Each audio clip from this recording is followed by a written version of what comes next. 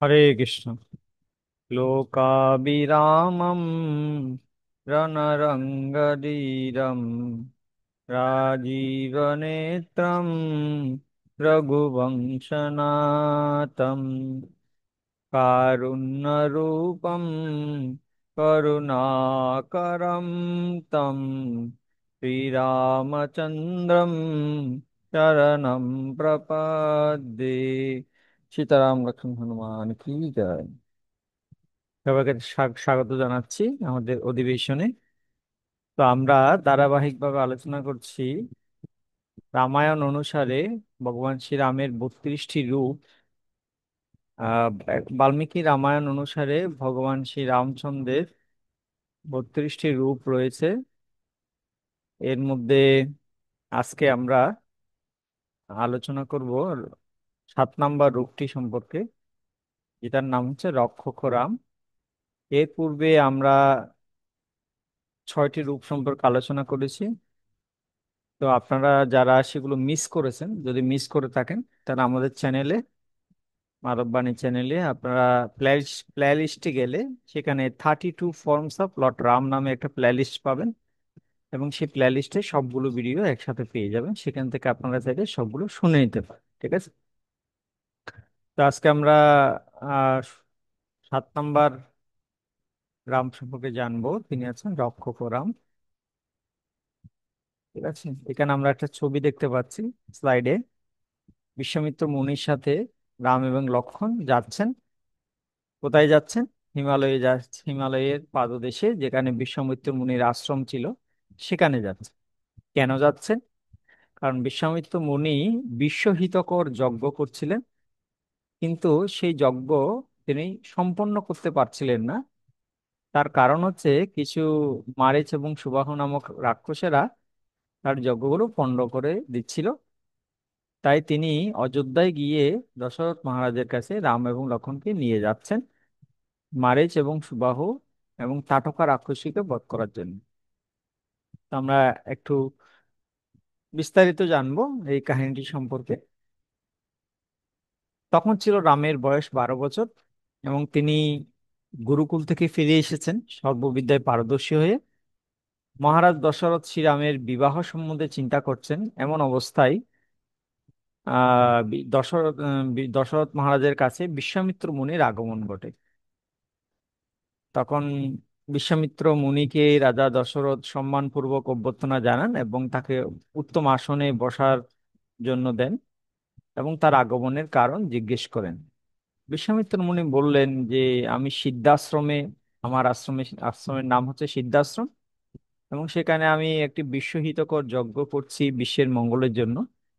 কিন্তু মারীচ এবং সুবাহ নামক কিছু রাক্ষস এবং তাদের দল বারবার আমার যজ্ঞটা পণ্ড করে দিচ্ছে, তারা আমার যজ্ঞটা সুসম্পূর্ণ হতে দিচ্ছে না। তাই আমার সুরক্ষা দরকার। আমি ব্রাহ্মণ, আমি চাইলে মন্ত্র উচ্চারণ করে এই সমস্ত রাক্ষসদেরকে হত্যা করতে পারি, এটা সত্য।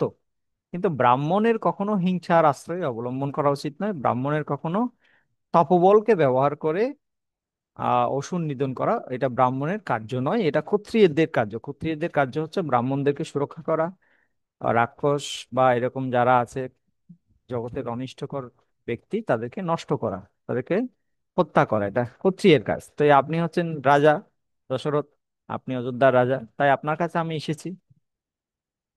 তো দশরথ বললেন, ঠিক আছে, আমি আমার সমস্ত সেনাকে প্রেরণ করব আপনার যজ্ঞ রক্ষা করার জন্য। বিশ্বামিত্র বললেন, না, আমার আরো বেশি কিছু প্রয়োজন।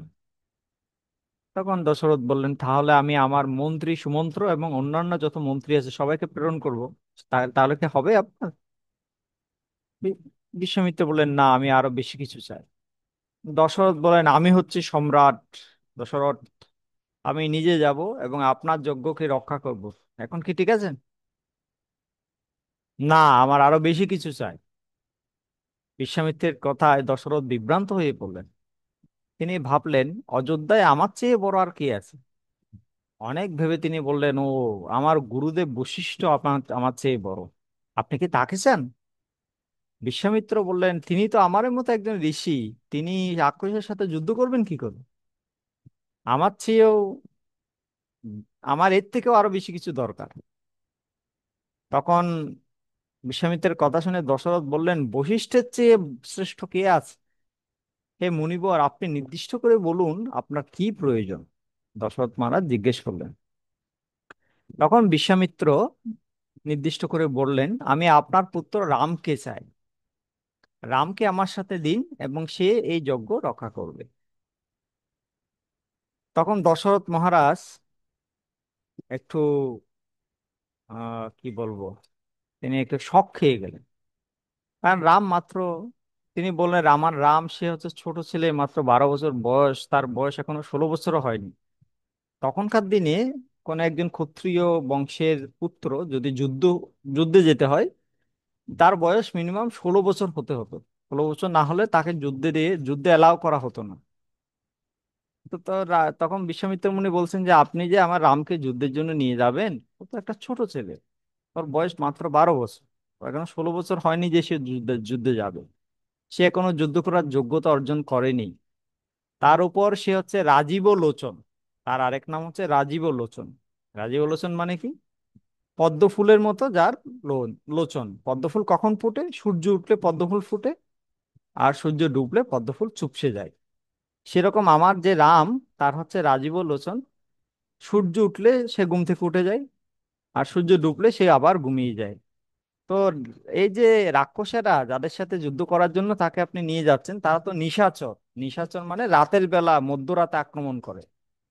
তা আমার রাম তো রাজীব লোচন, সন্ধ্যা হলেই সে ঘুমিয়ে পড়বে। সে এই রাক্ষসদের সাথে যারা রাতের বেলা আক্রমণ করবে, সে তো ঘুমে ডুলে পড়ে যাবে যুদ্ধের মধ্যে। সে কিভাবে যুদ্ধ করবে? তাই সে তো কোমলমতি শিশু। আর এই যে রাক্ষসদের নাম আপনি বলছেন, মারে সুবাহু, তারা তো অনেক শক্তিশালী না? রাম একটা শিশু, কোমলমতি শিশু। হ্যাঁ, সে কি করে এত এত এত রাক্ষসদের সাথে পারবে? আর মনে হয় আপনি ভুল রামের কাছে চলে এসেছেন। আমার রাম ছাড়াও আরো একজন রাম আছে, যার নাম হচ্ছে পরশুরাম। হ্যাঁ, তিনি হচ্ছেন যমদগ্নি রাম। তো মনে হয় আপনি ওনার কাছে যাচ্ছিলেন, ভুল করে আমার অ্যাড্রেসে চলে আসেন, অ্যাড্রেস ভুল হয়ে গেছে মনে হয়।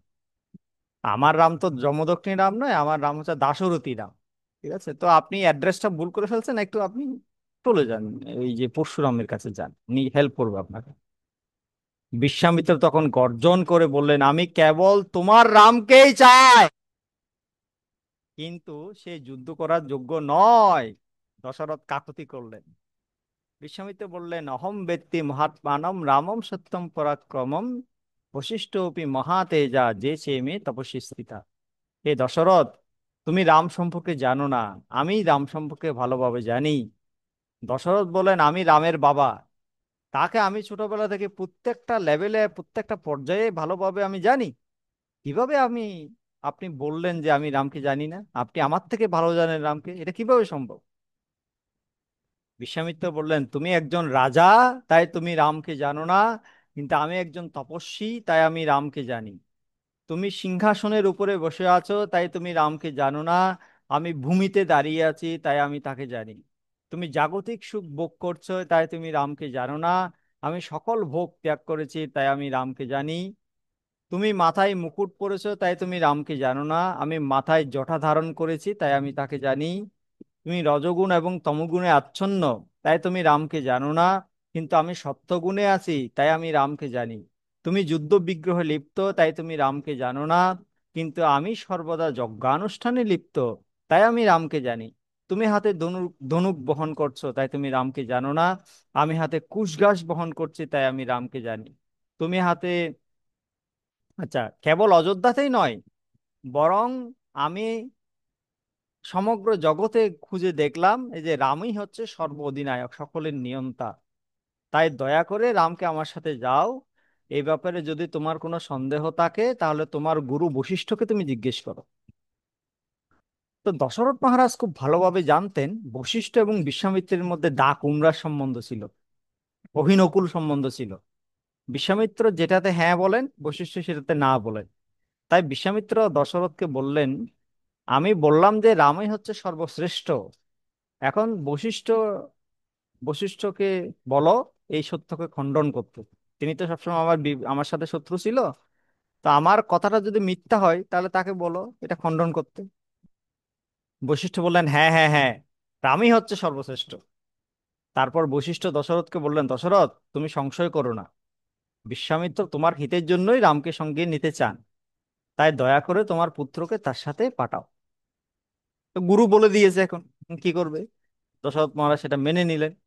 বিশ্বামিত্র কেবল রামকেই চেয়েছিলেন, কিন্তু লক্ষ্মণ যেহেতু রাম থেকে অচ্ছেদ্য অভিন্ন, হ্যাঁ, তাই তিনিও রামের সাথে গেলেন, বিশ্বামিত্রের সাথে। এখানে আপনারা দেখতে পাচ্ছেন বিশ্বামিত্র, রাম এবং লক্ষ্মণ তারা বনপথে যাচ্ছেন, খুব সুন্দর হাসি মাখা মুখ।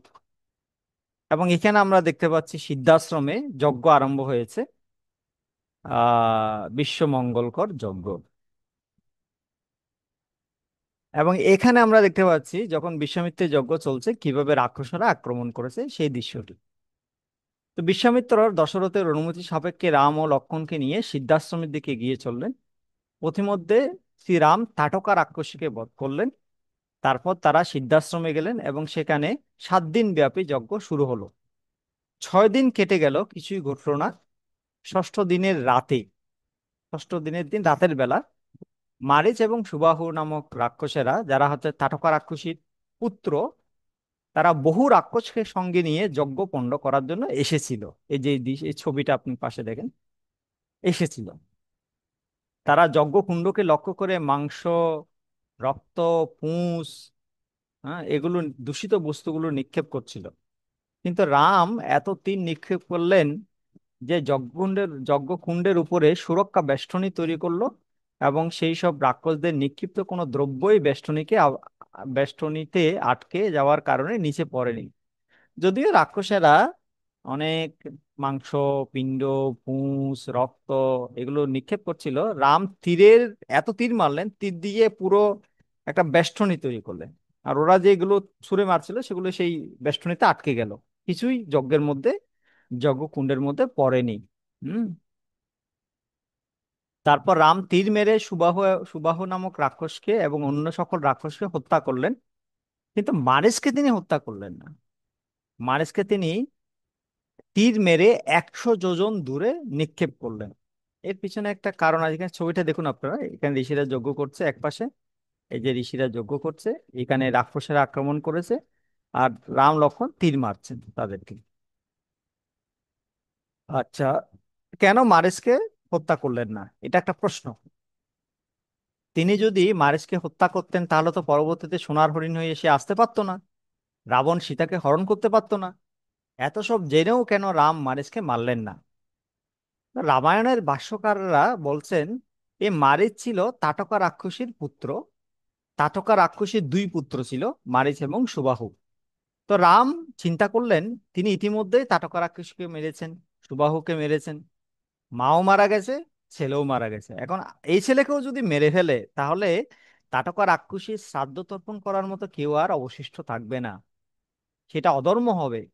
তাই আমাদের উচিত সর্বদাই আমাদের পূর্বপুরুষদের প্রতি ঋণ পরিশোধ করা, পিতৃ ঋণ পরিশোধ করা। ভগবান রাম বিভিন্ন সময়ে তার দৃষ্টান্ত স্থাপন করেছেন। হ্যাঁ, তিনি নিজে তার পিতা দশরথের জন্য শ্রাদ্ধ পিণ্ড এগুলো দিয়েছেন, এবং তিনি রাবণের জন্য পর্যন্ত দিতে চেয়েছেন। হ্যাঁ, এবং বিভীষণকে বলেছেন তুমি রাবণের দাহক্রিয়া শ্রাদ্ধ পিণ্ড এগুলো দাও। এটা আমরা একটু পরে আসছি। এমনকি রাবণের বধের পরে ভগবান রাম বিভীষণকে নির্দেশ দিয়েছিলেন রাবণের অন্তিম সংস্কার করার জন্য। কিন্তু বিভীষণ বলেছিল রাবণ তো একটা পাপী, সে সীতামাতাকে অপমান করেছে, সে আপনার এবং আমার শত্রু, তাই তার অন্ত্যেষ্টিক্রিয়া করা উচিত নয়। কিন্তু রাম বললেন জীবিত কালে কেউ আমাদের শত্রু থাকতে পারে, কিন্তু মৃত ব্যক্তি কারো শত্রু হতে পারে না। তাই যেহেতু রাবণ তোমার ভাই, তাই তোমার অবশ্যই তার অন্ত্যেষ্টিক্রিয়া সম্পাদন করা উচিত।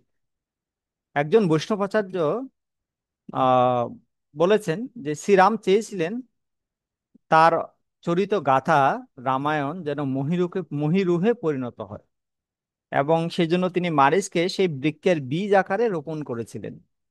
এভাবে তিনি মারিচকে একটি দ্বীপে বীজ আকারে রোপণ করেছিলেন, এবং সে একটি মায়া হরিণের রূপে ফিরে এসেছিল, যাতে এই রামায়ণ রূপী কল্পবৃক্ষটি বর্ধিত হতে পারে। তাহলে এখানে আমরা 2টা কারণ পাচ্ছি কেন ভগবান রাম মারিচকে মারলেন না। একটা কারণ হচ্ছে মারিচ যেন তার ভাই সুবাহু এবং মা তাটাকার উদ্দেশ্যে অন্ত্যেষ্টিক্রিয়া করতে পারে, এটা এই এই অবসর দেওয়ার জন্য রাম মারিচকে মারলেন না। আর দ্বিতীয় কারণটি হচ্ছে, ভগবান রাম চেয়েছিলেন তার এই যে কাহিনী রামায়ণ, এটা একটা কল্পবৃক্ষের মতো। এই কল্পবৃক্ষটাকে বাড়াতে হলে একটা বীজ রোপণ করতে হবে, সেই বীজটা হচ্ছে মারিচ। তিনি মারিচকে একটা দ্বীপের মধ্যে বীজ আকারে রোপণ করলেন, যাতে পরবর্তীতে সে সোনার হরিণ হয়ে আসতে পারে এবং রামায়ণের সম্পূর্ণ কাহিনীটি সমাপ্ত হতে পারে এবং কল্পবৃক্ষটি বর্ধিত হতে পারে। এই দুইটা কারণে ভগবান রাম মারিচকে মারলেন না। তো যজ্ঞ রক্ষার ফলে বিশ্বামিত্র মুনি এবং লক্ষণের উপর আহ রাম এবং লক্ষণের উপর বিশ্বামিত্র মুনি খুব খুশি হয়েছিল, প্রসন্ন হয়েছিল। তো যেহেতু রাম বিশ্বামিত্রের যজ্ঞ রক্ষা করেছিলেন, তাই তার সপ্তম নাম হয়েছিল রক্ষক রাম। ভগবান শ্রীরাম যেন আমাদেরকেও এরকম, যেভাবে তিনি বিশ্বামিত্র মুনির যজ্ঞ রক্ষা করেছেন রাক্ষসদের হাত থেকে, সেভাবে তিনি যেন আমাদেরকেও অশুভ শক্তির গ্রাস থেকে রক্ষা করেন। তাই আমরা একসাথে উচ্চারণ করব, ওম রক্ষক রামায় নমঃ, ওম রক্ষক রামায় নমঃ, ওম রক্ষক রামায় নমঃ। তো যারা এতক্ষণ সময় নিয়ে আমাদের এই ভিডিওটি দেখলেন, তাদের সবাইকে আমি ধন্যবাদ এবং কৃতজ্ঞতা জানাচ্ছি। আপনি যদি আমাদের চ্যানেলটি সাবস্ক্রাইব না করে থাকেন, অবশ্যই চ্যানেলটি সাবস্ক্রাইব করে নোটিফিকেশন বেলটি ক্লিক করুন, তাহলে আমাদের ভিডিও প্রথমেই আপনি পেয়ে যাবেন। আর ভিডিওটা যদি ভালো লাগে আপনার প্রিয়জনদের সাথে শেয়ার করবেন। কমেন্ট করে আপনাদের যদি কোনো প্রশ্ন থাকে কমেন্ট করে আমাদেরকে জানাতে পারেন, আমরা উত্তর দেওয়ার চেষ্টা করি। ভালো থাকুন, সুস্থ থাকুন, কৃষ্ণ ভগবানে থাকুন। হরে কৃষ্ণ।